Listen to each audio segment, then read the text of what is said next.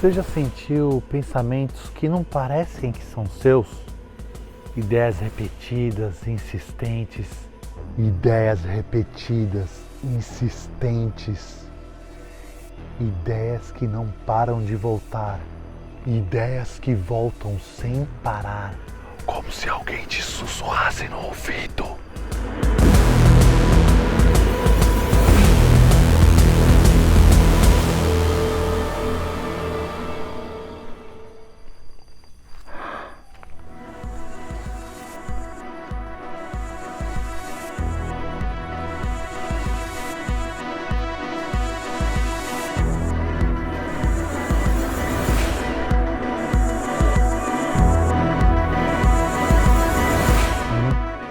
E de repente você está caminhando por estradas que nunca desejou trilhar? E se eu te disser que talvez você não esteja tão sozinho quanto você imagina? E talvez você não esteja tão sozinho quanto você imagina?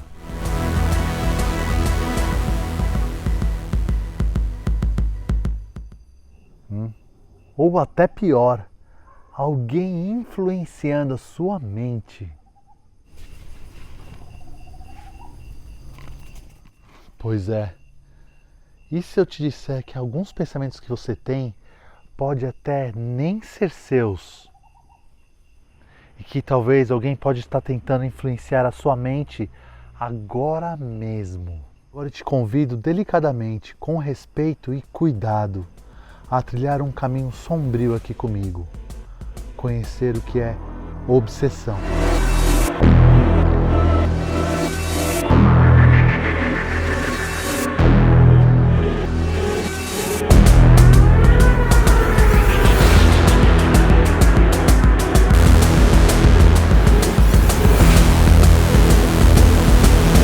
Na visão espiritual, obsessão não é apenas um desequilíbrio psicológico da mente.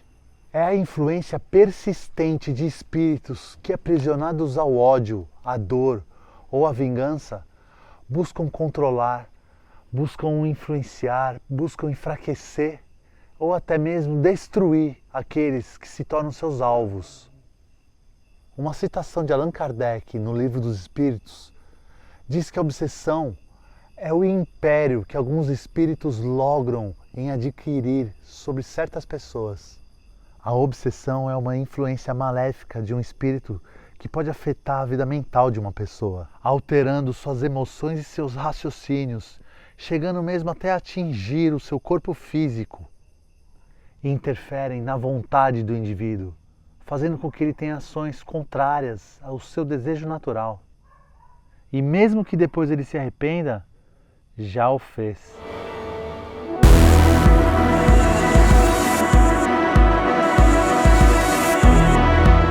A obsessão se instala na cabeça do indivíduo quando o obsessor encontra nela fraquezas morais que possam ser exploradas.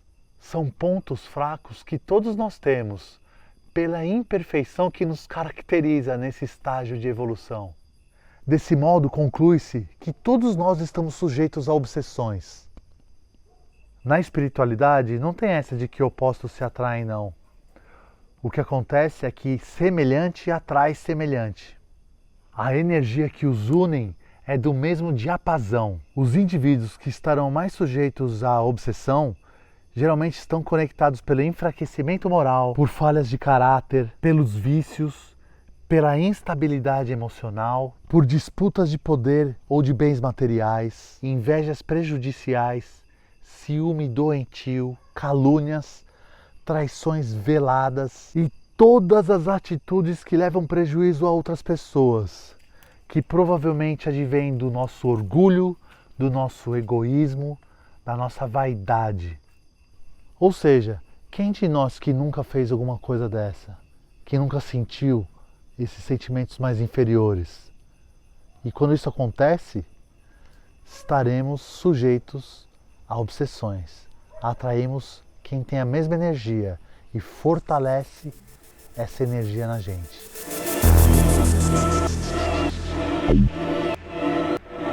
Eu vou trazer um trecho da Revista Espírita de Allan Kardec, escrita em 1858, em outubro. Diz assim: estamos incessantemente cercados por uma nuvem de espíritos que, nem por serem invisíveis aos nossos olhos materiais, deixam de estar no espaço ao redor de nós, ao nosso lado, espiando os nossos atos, lendo os nossos pensamentos. Uns para nos fazer o bem, outros para nos fazer o mal, segundo os espíritos bons ou maus. Pois é, lendo os nossos pensamentos. Essa também é uma grande desvantagem que a gente tem em relação aos obsessores. Eles têm acesso aos nossos pensamentos, a gente não consegue esconder nossos pensamentos deles. Então, dá para dizer que alguns deles podem conhecer a gente melhor do que a gente mesmo. Olha o nível. Eles conseguem acesso aos nossos profundos pensamentos. A gente não consegue esconder. Você pensou, é como uma frase que ele ouviu.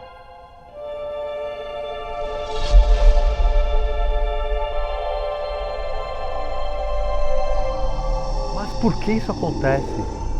Nada é por acaso. Nada é por acaso. Segundo a doutrina espírita, há sempre uma ligação de causa e efeito. A lei de causa e efeito nos ensina que os espíritos obsessores não surgem sem motivo. Muitas vezes eles são antigos desafetos, antigos inimigos, pessoas que bem provavelmente em outras vidas sofreram por nossas mãos, vítimas de nossas próprias escolhas, e hoje retornam clamando por justiça ou por vingança. Mas será que é só castigo? Ou uma oportunidade de aprendizado para ambos os lados?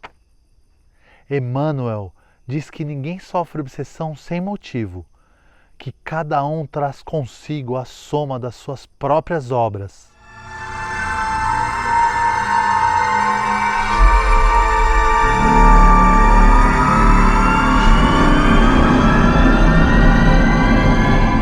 E quem são os obsessores, a não ser pessoas como nós mesmos?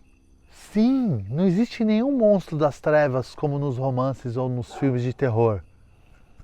Obsessores nada mais são do que gente como a gente, que apenas não estão mais nos seus corpos materiais.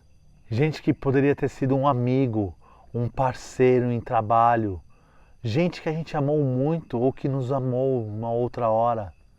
Mas principalmente é um sofredor, é alguém que precisa de ajuda, da nossa ajuda, mesmo que recuse a nossa ajuda. Não devemos negar ajuda a eles. Sofredores com ódio e pensamentos que os ligam ainda a situações que se acham conectados a elas, mesmo depois do desencarne. Situações como posse, materialismo, vícios, rancores, que os ligam ainda com sentimentos inferiores. Gente que já desencarnou, mas que continua com os mesmos desejos, que continua com as mesmas vontades de que quando estavam encarnados. Astutos afeitos a caprichos pessoais. E afinal de contas, quem de nós não? Atira a primeira pedra quem não tem nenhum capricho. Ou apenas quando não é um atrasado espiritualmente que age sobre a ignorância por simples vínculo de afinidade. E o que os torna obsessores, ou melhor, o que nos torna obsessores, são os sentimentos inferiores. Por exemplo, uma obsessão simples é um fumante que desencarnou. Do lado de lá não existe cigarro. Então o que ele vai fazer? Ele vai procurar gente que fuma. E vai procurar fazer essa pessoa fumar, para ele poder absorver as emanações que um dia ele já teve quando estava encarnado. Só que como do lado de lá não existe, e esse prazer nunca vai ser, vamos dizer, 100% satisfeito, ele vai influenciar ao fumante que está encarnado e que ele se encostou e que ele está ficando do lado, para fumar cada vez mais, para que cada vez mais ele tenha algum momento de prazer, que ele lembre daquela sensação que ele gostava de quando ele era vivo. E isso acontece com outros ingredientes também, como bebidas, drogas, prazeres e, pasmem, até com chocolate. E esse exemplo que eu disse é de obsessão simples. Existem outros dois tipos de obsessão: fascinação e subjugação. A fascinação é quando o espírito provoca uma ilusão na mente do indivíduo, distorcendo o senso de realidade. Ele envolve a pessoa em artimanhas mentais bem preparadas e geralmente a pessoa cai. E é aqui que entra a afinidade.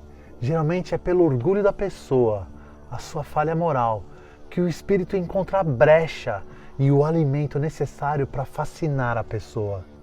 Do simples ignorante ao intelectual letrado, todos podem ser vítimas da fascinação. Na subjugação, além do domínio psíquico, o espírito também consegue o controle físico. É o que é vulgarmente chamado de possessão, mas erroneamente, pois um espírito ele nunca ocupa o corpo de um encarnado. Ele apenas influencia o seu perispírito, mas isso é um assunto para outro vídeo.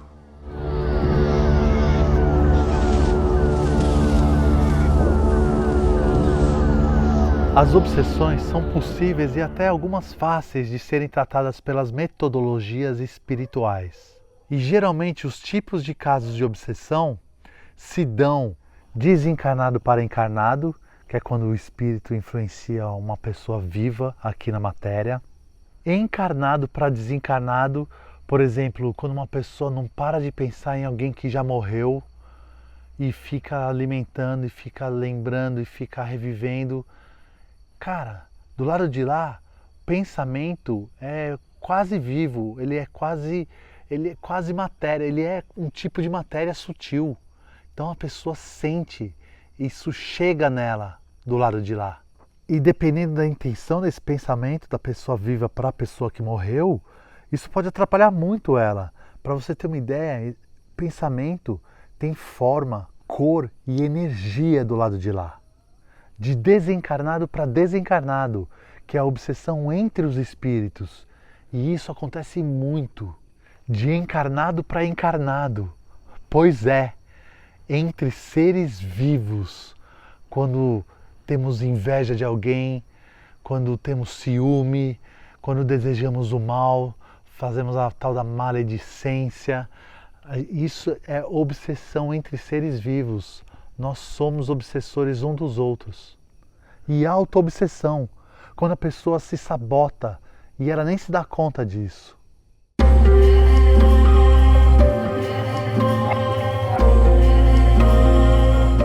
A obsessão, como toda enfermidade, pode ser tratada.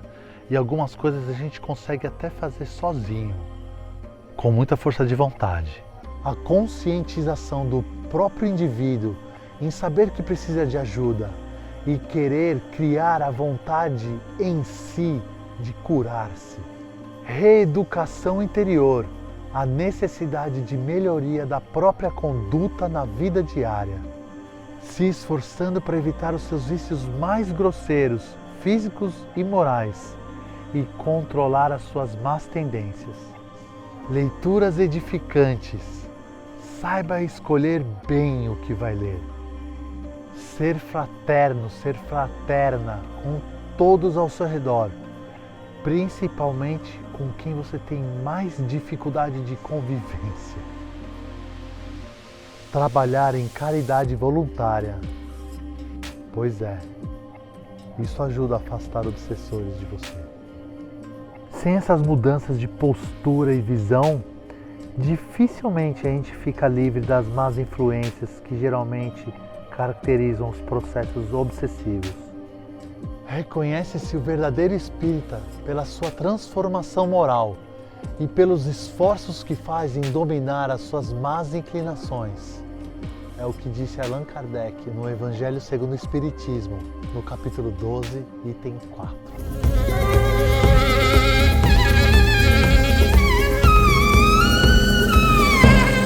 A obsessão é sim uma prisão dolorosa, mas não apenas para quem sofre, mas também para quem persegue. O obsessor e o obsidiado estão acorrentados na mesma sombra. O perseguidor e o perseguido estão acorrentados no mesmo ciclo. A obsessão mostra feridas antigas que clamam por cura. E os remédios capazes de quebrar essa corrente é o perdão e a coragem de amar.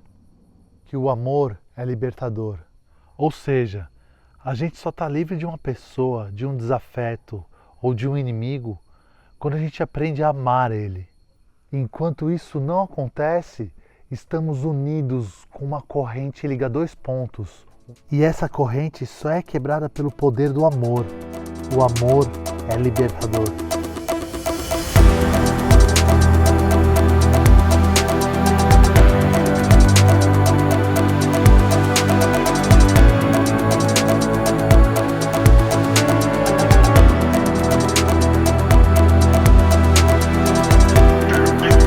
Existe uma chave para a libertação.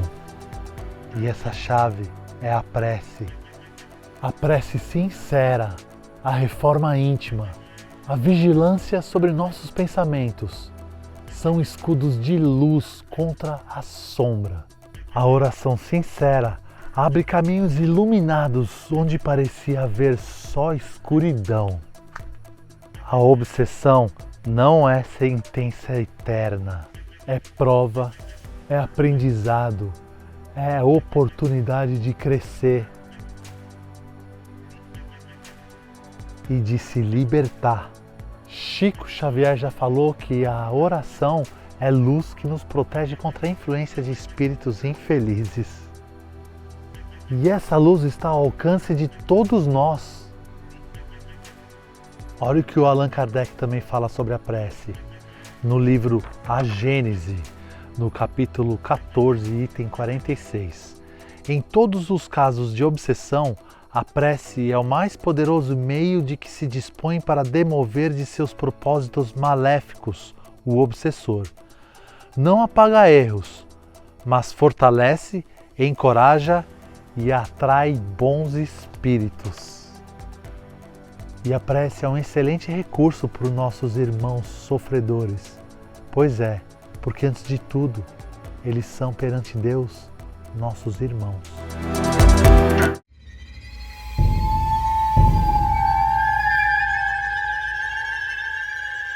E você? Já sentiu alguma força estranha tentando te afastar do bem? Você nunca está sozinho. Ninguém está sozinho. Lembre-se, mesmo nas trevas mais densas, há sempre uma chama de esperança dentro de você. Que essa chama seja seu guia. Chama!